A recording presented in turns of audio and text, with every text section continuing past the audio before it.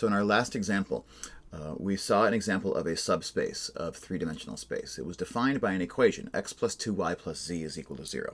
And having an equation like that is one way of understanding a mathematical object, right?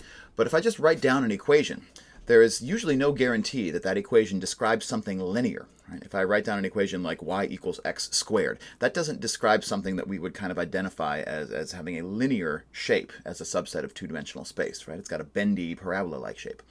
And so we'd like to be able to find a different way of describing a vector space besides just by writing down an equation for it.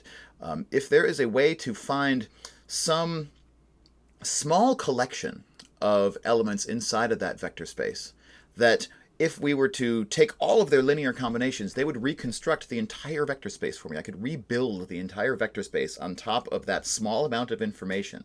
Then that small amount of information is going to be enough to completely explain the entire vector space. That small amount of information for a vector space is called a basis for the vector space, because it's the base on top of which we can rebuild the entire vector space, reconstruct it through a process of linear combinations. So let's just take a quick look at how that might work with the previous example that we just worked on together. So the previous example, we looked at this x plus 2y plus z is equal to 0 example. And if I were to graph that equation in three-dimensional space, sure enough, it looks like a plane, as my multivariable calculus students would be able to tell you. But there should be a different way of understanding what this set of points actually is, because after all, the equation which defines this set of points is actually a linear equation. So we could treat this as though it were a system of linear equations, and we could try to solve it to find a different perspective on the relationship between x, y, and z.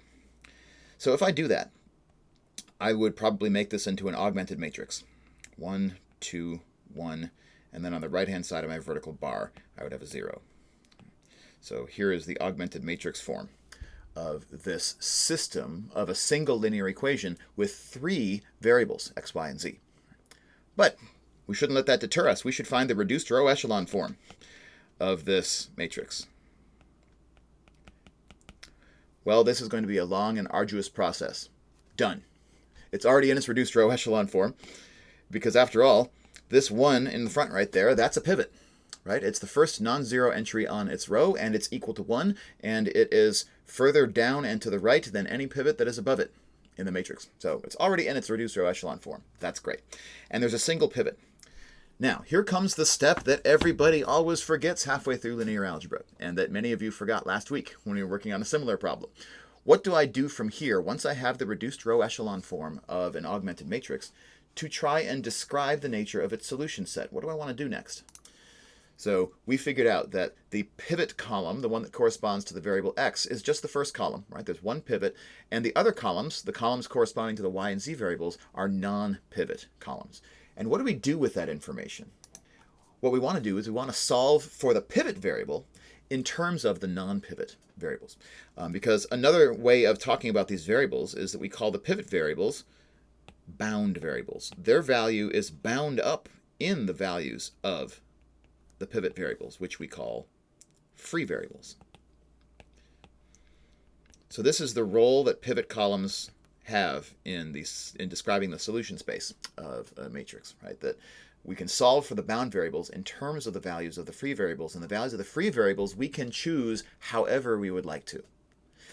And in particular, what that means is I can take both of my free variables and set their values equal to some meaningless parameter. Let's say y is equal to a and z is equal to b.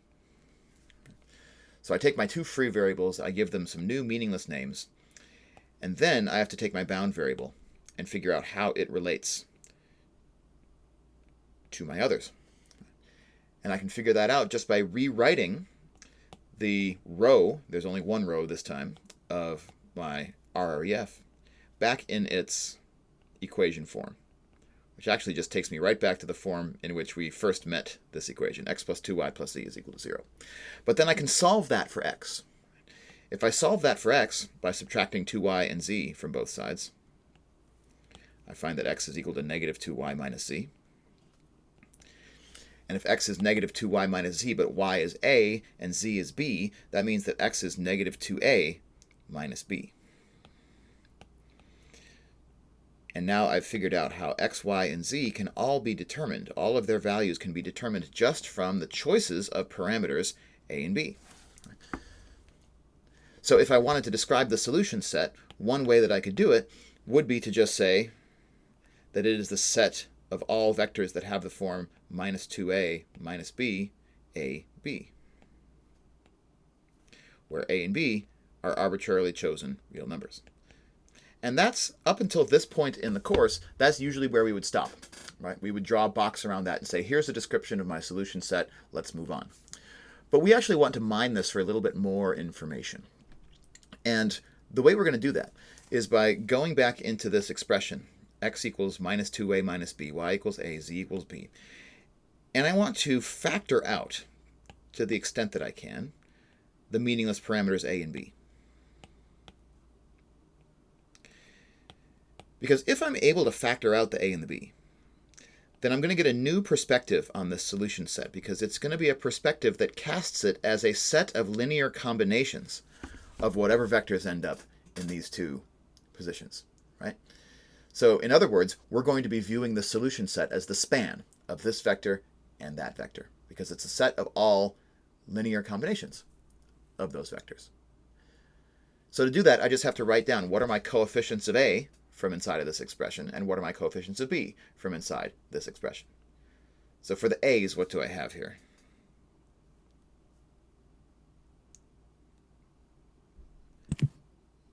-2, 1, and 0. -2, 1, and 0, right? So every place that a appears, I'm going to write its coefficient, factoring it out.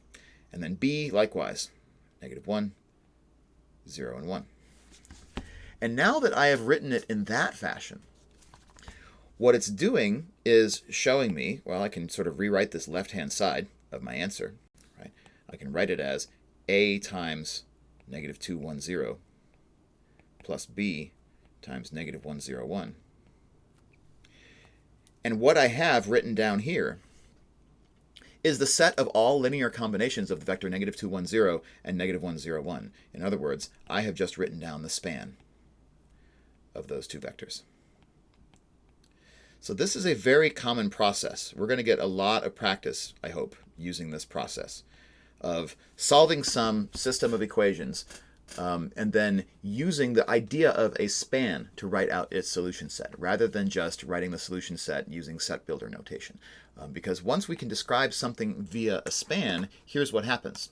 If I just take those two vectors, let's call them v, -2, 1, 0,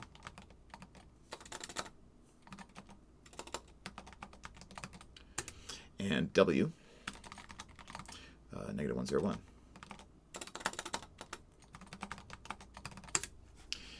And we just take a quick look at how those vectors are oriented with respect to my plane, x plus 2y plus z equals 0. Take a look. They are both members of that plane, which is good. You know, we would hope that those two vectors were members of our solution set. But also, more than that, it looks like they are the only two vectors that are necessary to describe the entire plane, right? Just those two vectors, if we take their span, what we recover is the entirety of this plane. Now remember, we had a discussion a couple of weeks ago. How many vectors are necessary in order to describe a plane inside a three-dimensional space? And 2. Yeah, we need to at least have two vectors in order to describe I'm trying to stay away from using the D word. I'm trying to describe something that looks like a piece of paper looks, right? We should have two independent directions that we can walk. And we happen to have done that here. So we have described this plane with as few vectors as possible. And because of that, this set of vectors, it's the smallest possible set of vectors that describes my solution set. We call that set a basis for my plane.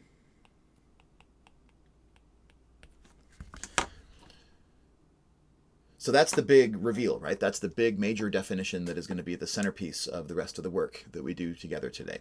It's that definition of what a basis for a vector space is.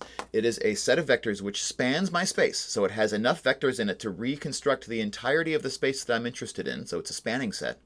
but also it is the smallest possible set of vectors which can do that, right? If I take any one of these vectors away, I'm going to lose something. I'm not going to span as much as I did before. And so that also requires that the vectors in that set be linearly independent. So a basis is a linearly independent spanning set for a vector space or a vector subspace.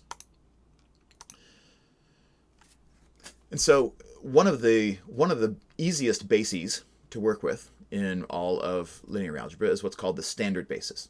This is the basis that more or less just defines the ordinary coordinate system on a certain space. Right? So in two-dimensional space, for example, the vectors 1, 0, and 0, 1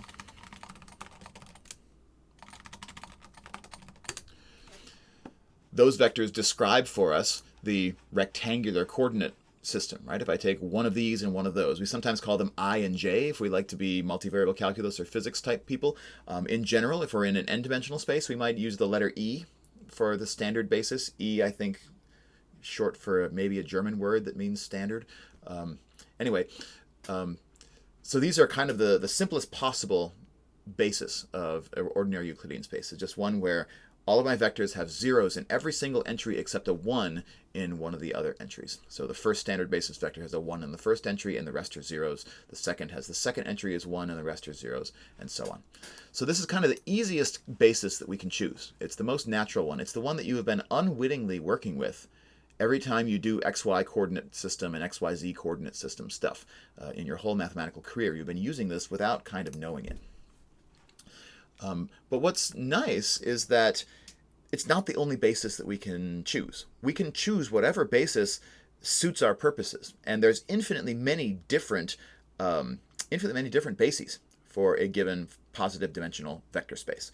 And so if it ever behooves us to choose one that's not the standard basis, we can do that. We just have to know that what we're choosing is actually a basis, that it actually is a spanning set, and that it actually is a linearly independent set. So an example of what this looks like is as follows.